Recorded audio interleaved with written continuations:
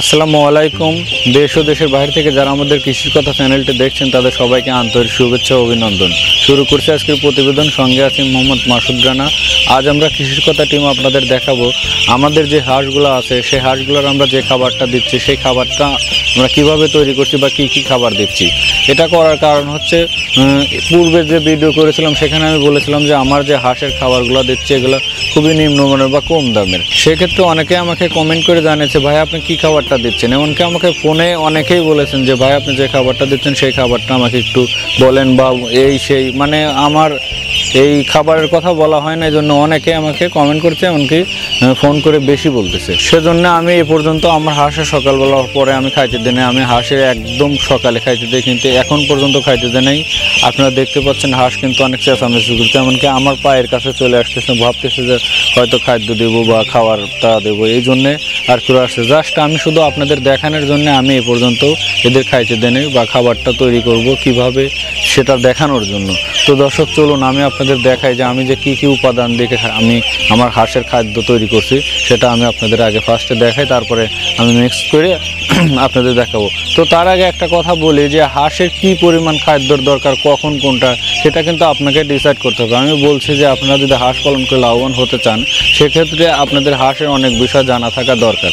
যেরকম খাদ্য তৈরি, এখন কী দিয়ে খাদ্য তৈরি করবেন সেটা আপনার জানা থাকা দরকার, বা একটা হাঁসের কত বয়সে কত গ্রাম খাদ্যর প্রয়োজন সেটাও আপনাদের জানা থাকা দরকার। যেমন আমার হাঁসের যদি আমি ধরতে যাই যে আজ 3 সপ্তাহের মধ্যে করছে, তো 3 সপ্তাহের মধ্যে একটা হাঁসের খাদ্য দেখা যাচ্ছে যে 40 থেকে 50 গ্রাম প্রয়োজন প্রতিটা হাঁসের সারাদিনের।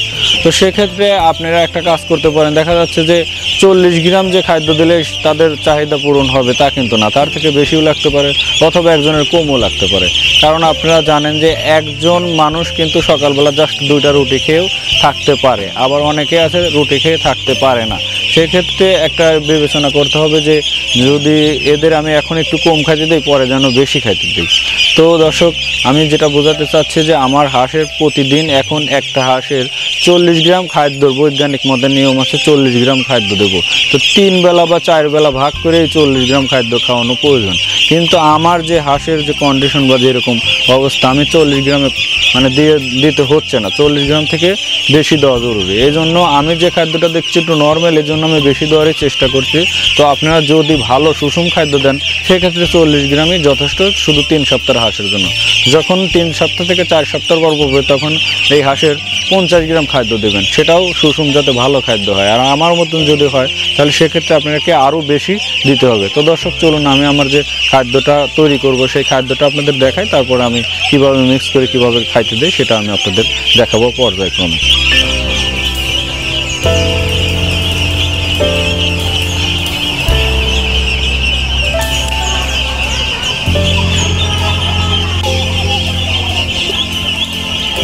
তো দর্শক এই যে আমি যে আপনাদের এখন দেখাবো যে আমি যে আমার হাঁসের যে খাদ্যগুলো দেবো সেই খাদ্যগুলো আমার এই কাছে আমি সব করে রেখেছি, যে মানে এনে রেখেছি যে আমি একটা পাত্রে মিশা আপনাদের দেখাবো যে আমি কি কি খাদ্য দিচ্ছি বা কি কি করবো।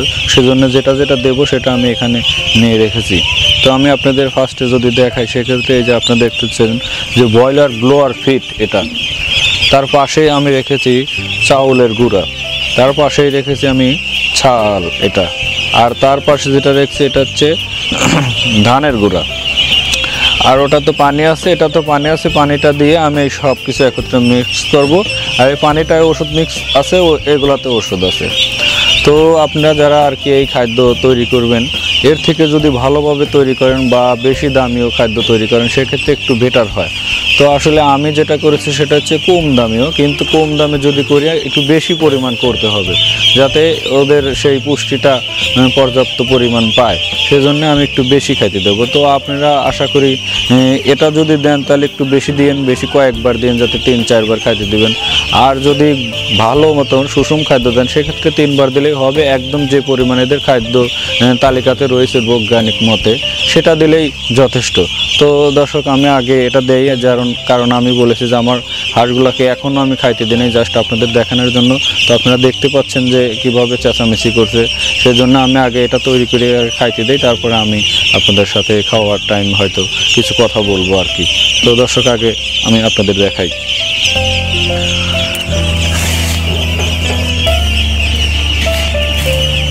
বেশ।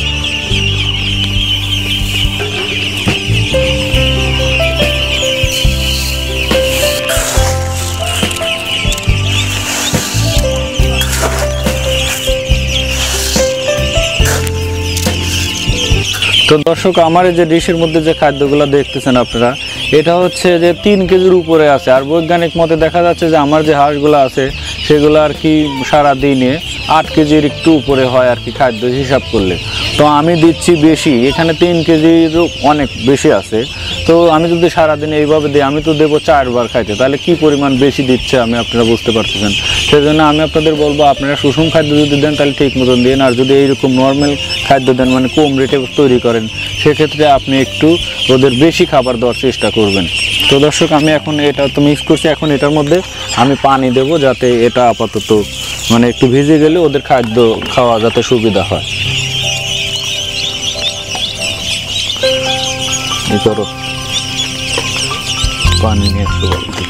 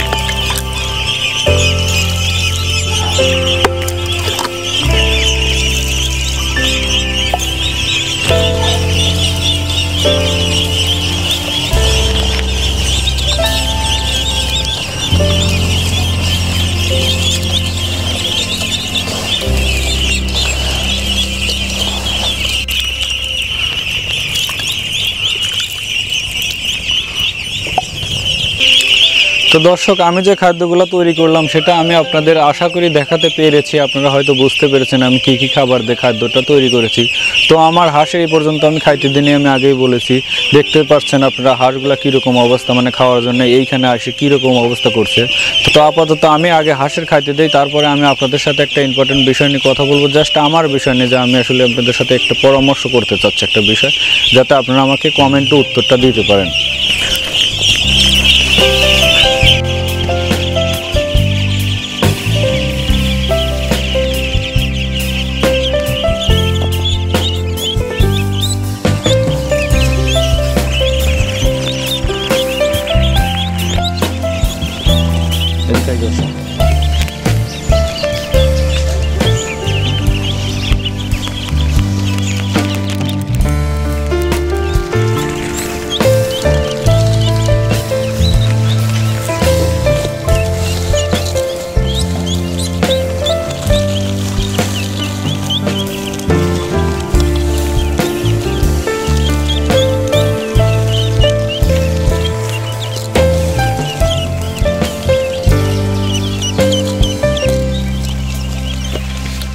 তো দর্শক, আসলে আমার হাঁসগুলো আমি খাইতে দিচ্ছি, আপনারা দেখতে পাচ্ছেন আসলে দোয়ার মতন পরিস্থিতি না, একটু উপর দিয়ে দিচ্ছি, অনেক নোংরা হচ্ছে ওদের গাটা।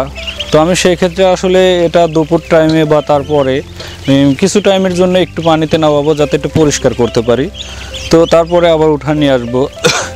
তো একটা বিষয় আমি আপনাদের সাথে শেয়ার করতে চাচ্ছি, আমি তো আসলে অনেকেই হাঁসের খামারে প্রতিবেদন করেছি বা আপনাদের দেখিয়েছি তারা কীভাবে হাঁস লালন পালন করছেন, বা হাঁস লালন পালন করার ক্ষেত্রে তাদের কীরকম সমস্যার সম্মুখীন হতে হয় বা কীরকম অর্থ উপার্জন করতেছে এই হাঁস পালন করে। আর তারপরে অনেকে আমাকে বলছিলেন যে ওইটা দেখানোর পরে যে ভাই আমি হাঁসের বাচ্চাটা কোথা থেকে সংগ্রহ করবো। অনেক হাঁসের বাচ্চা দেখানোর পরে বলছে যে ভাই আমি হাঁসের বাচ্চা কোথা থেকে সংগ্রহ করব। তার পরিপ্রেক্ষিতে আমার ভিডিও করা ছিল, আমি গিয়েছিলাম যে উল্লাপাড়া খান হ্যাচারি থেকে সবাই বাচ্চা সংগ্রহ করে, আমি সেখানে যাই আপনাদের দেখাইছি, এখান থেকে আমরা বাচ্চা সংগ্রহ করতে পারেন। কিন্তু তারপর দেখা গেছে অনেকে আমাকে বলছে ভাই বাচ্চা কীভাবে পালবে, এই সেই এগুলো বলার পরেতে আমি দেখছি আপনাদের দেখাইছি যে আমি নিজেই বাচ্চা নিয়ে এসে আপাতত ট্রাই করে আপনাদের দেখলাম যে আপনারা এইভাবে বাচ্চা যদি লালন পালন করেন সেক্ষেত্রে আপনাদের কোনো সমস্যা নাই বা ঝুঁকিও নাই, কিন্তু সব কিছু আপনাদের একটু জানাশোনা থাকতে হবে। সেজন্য আমি আপনাদের বাচ্চা নিয়ে এসে দেখালাম। তো আমি আপনাদের কাছে একটা বিষয় জানতে চাচ্ছি যে আমি যদি এই তো হাঁসের প্রতিবেদন করলাম, তো আমি যদি এটার পাশাপাশি অন্য কোনো প্রতিবেদন আপনাদের মাঝে তুলে ধরবো কি না, সেটা আমাকে একটু কমেন্টে জানান। আর যদি মানে ধরতে বলেন তাহলে আমি অন্য প্রতিবেদন করব।